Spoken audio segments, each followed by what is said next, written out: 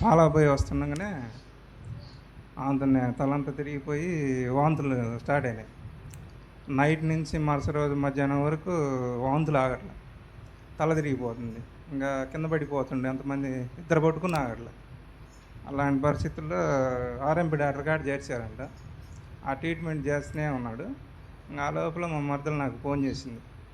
Phone చేస్తే ఇట్లా ఉన్నది, బాగా సీరియస్గా ఉన్నది అని చెప్తే, ఇట్లా మనిషి చేతుల్లో కూడా ఉండట్లేదు అన్నాడు. అంటే సరేలే అని చెప్పి నేను ప్రార్థన చేసుకున్నాను.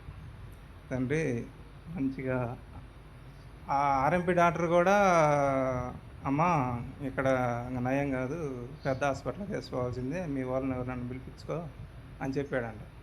చెప్పాక ఆ అమ్మాయి భయపడి నాకు ఫోన్ చేసింది. ఫోన్ చేస్తే సరేనమ్మా ఆడికి దివ్వా, ముందు హాస్పిటల్కి, పెద్ద హాస్పిటల్కి నేను వస్తాను. అక్కడ పోయిన తర్వాత మొత్తం అన్ని ఎన్ఆర్ఎక్స్లు అన్ని రిపోర్ట్లు అన్నీ రాశారంట. రక్త పరీక్షలే ఒక 5-6 రకాలు రాశారంట. అవన్నీ చేపించమ్మా, ఒక 15,000 ఎంత అయితే అన్నారు. అన్నీ చేపించు, ఏం ఇబ్బందులు నేను వస్తున్నాలే అని చెప్పాము. ఆమె పోయింది, అవన్నీ చేపిస్తుంది. ఇక నేను ప్రార్థన చేసుకున్నా.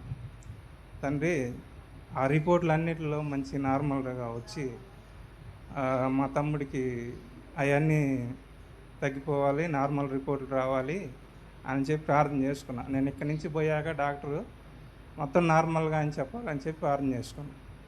నేను పోయేసరికి సాయంత్రం అయింది. సాయంత్రానికి నేను పోయాక డాక్టర్ వచ్చిండు అదే టైంకి.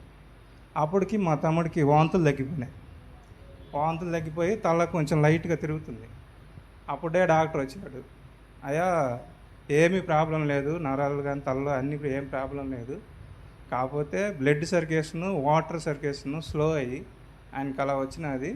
ఎమ్మటే ఆర్ఎంపీ డాక్టర్ చేసిందే 90% ట్రీట్మెంట్ బాగా చేశాడు, లేకపోతే కోమాలోకి వెళ్ళాల్సింది, ఇంకొక గంట లేట్ అయ్యింటే కోమాలోకి వెళ్ళేవాడు అని చెప్పి, ఇంకా అందుకని ఎమ్మటే అన్నకి ఫోన్ చేసి నా పరిస్థితి ఎట్టున్నా అని చెప్పి ప్రార్థన చేయించా. మా తమ్ముడికి ఇచ్చి సెల్లు ప్రార్థన చేయించా.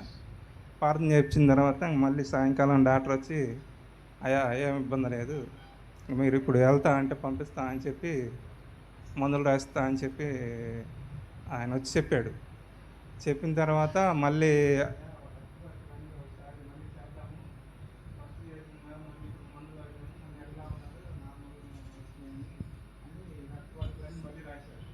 రాపిస్తే నిన్న అవన్నీ చేశాడంట. చేసిన తర్వాత అన్నీ నార్మల్గానే వచ్చి, ఒక దాంట్లో ఏదో చిన్న ఇన్ఫెక్షన్ ఉన్నదని చెప్పి మందులు ఇస్తానయ్యా, ఒక్కరోజు ఉండమన్నాడు. దానికోసమే హాస్పిటల్లోనే ఉన్నాడు. ఆయన కొరకు మీరు అందరూ కూడా ప్రార్థన చేయమని